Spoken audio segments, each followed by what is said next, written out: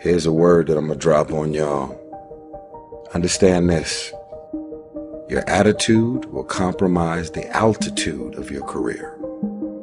God didn't bring you on this earth for you to be average, basic, regular, normal. You're like a robot.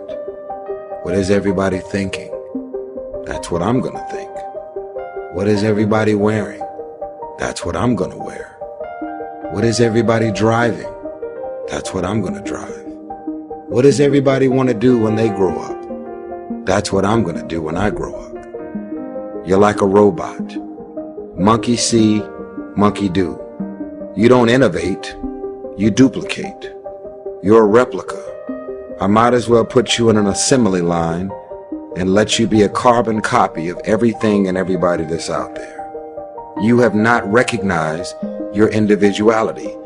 You have not recognized that you're your own man with your own thoughts, your own gifts and talents, and more importantly, intentions. But in the midst of being gifted and talented and your own man or own woman, it is your attitude that has been compromising your altitude, your pride, your ego, your narcissism, being so consumed in self, not being able to coexist with others. I, me, and my comes out of your mouth. How many times can you go through your day without saying I, me, and my, and flipping that into we, ours, and us? How often can you do it? I believe that if your career is not on the level that it's supposed to be on, you are all about sabotaging, self-sabotage, and self-defeat. You may believe because your mama taught you this or your daddy taught you this. You may believe that you don't deserve to find the things in life. See, the way in which we operate, ladies and gentlemen, it's a manifestation of what we believe, what's possible for us. Whatever you've done up to this point, all that it really is a duplication, it's a reproduction of what you believe subconsciously that you deserve and what's possible for your life. So as soon as an opportunity presents itself for your career and your life to go from here to where you should be, you figure out a way to fuck it up. Self-sabotage and self-defeat. It's something. It is a family negative gene that gets passed down. You have witnessed your mama, your father, or somebody in your immediate circle fuck up every opportunity that presents itself. Self-sabotage, self-defeat. You don't feel like you deserve the finer things in life. That's why every time the opportunity presents itself, you figure out a way to fuck it up. Now that could be in a man, that can be in a woman. Here's a man that respects you, wants to treat you like the world. In your mind, he doesn't challenge you. He doesn't beat you. He's not putting you down, being mean, evil, and condescending, so you don't feel like you deserve the finer things in life. So you figure out a way to fuck it up because in your mind, you're bored. You're not challenged. I don't know. I need a thug. Self-sabotage and self-defeat is real. What I'm suggesting that you operate out of a larger vision of yourself. I want you to see yourself doing what you want to do, experiencing what you want to experience, having what you want to have, doing what it is that gives your life some meaning and value. Operate out of your imagination, not your memory. Well, most people, ladies and gentlemen, when something happens to them, what they do is they begin to believe that that's the way it is. That's the way it's always been. And they can't see the possibility of it being any different. Example, before April 1954, the common belief, the universal belief, because it had been tried again and again and again and people had failed, the belief was that man was not physically capable of breaking the 4-minute barrier, that he could not run a mile in less than 4 minutes. It had never been done. But here's what happened, ladies and gentlemen. Roger Bannister came along, and he broke the 4-minute barrier. Since that time, up to this day, over 20,000 people have done it, including high school kids. What changed? 20,000 people. What changed? Here's what happened when they got on the track. They knew it had been done. There was a new belief about this goal that was unreachable. Knowing in their heart that someone had done it, that it's possible, that they could do it.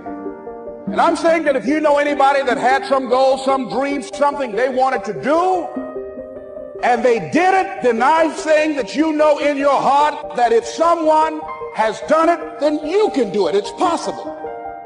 If someone can make their dream become a reality, then it's possible that you can make your dream become reality.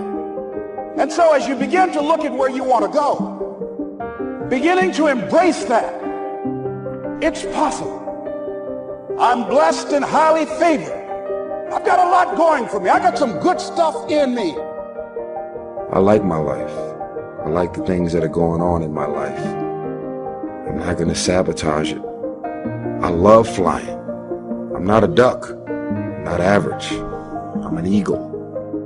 I am individually me. I fly high above the clouds. That's who I am.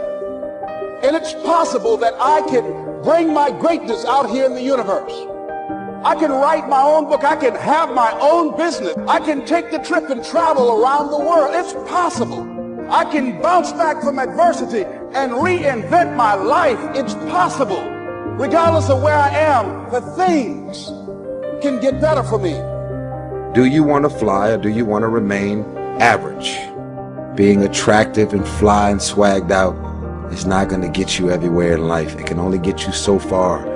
You have to be a thinking man and a thinking woman. Your attitude will continue to compromise the altitude of your life and your career. I'm thinking about two men who are fairly successful, similar background, educated. They worked for a corporation for many years, and they were among many people that were laid off. One went out looking for a job for several weeks along with the other one, and they faced disappointment and rejection again and again and again. They couldn't find any work, which is the story of many people across this country. One guy stopped. He became discouraged. He stopped going. He stayed home looking at television, became very argumentative and toxic with his wife, drinking beer, getting on the phone, talking to his other negative, unemployed friends, and he just gave up. The other guy kept looking for a job everywhere he could go. Every time he could get an opportunity, kept asking people, checking the newspapers every day, kept going everywhere he could, trying to find a job. He kept going, he kept going. He went to a place and said, look here, I tell you what, if you can't hire me, and I know you can use my talents, abilities, and skills, just let me do some volunteer work. You don't have to give me anything. I just want to work. I want to be busy. The guy said, okay, it's on you now, but don't expect me to give you anything. It's okay. This guy came in and worked. He was the first one there. The last one to leave was the best employee there. About 4 weeks later, one of the top managers quit. They were looking for a replacement. Guess who they selected? This other guy. This guy who was volunteering his time. He got the job. See, that's the difference in how your life works out. It's not what happens, it's what you do. Now see, if you don't do something starting tomorrow that'll make a difference, guess what? It's gonna be the same. And see, that way you can guess what the next 5 years are gonna be like. Look at the last 5. Because the next 5 are gonna be like the last 5 unless you, major key, tomorrow, change it all. What was the difference between the two men? Eyesight and mindsight. Eyesight is judging on what you see, judging according to appearances. But mindsight is how you interpret what you see. One guy said, it's not possible, it's over, I'm finished. I can't do it. He surrendered. I've faced rejection again and again. I'm not going anymore. There are no jobs out there.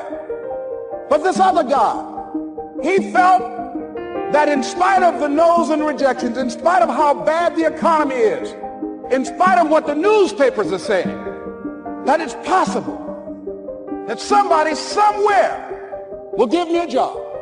He just kept going, thinking it was possible. Keep going. Like, keep going. Don't quit. You're already in pain. You're already struggling. Like, get something for your pain. It doesn't make sense to go through pain and then not get nothing on the other side of it. And guess what, ladies and gentlemen? That's what we have to do with our dreams. Now that you know what you know,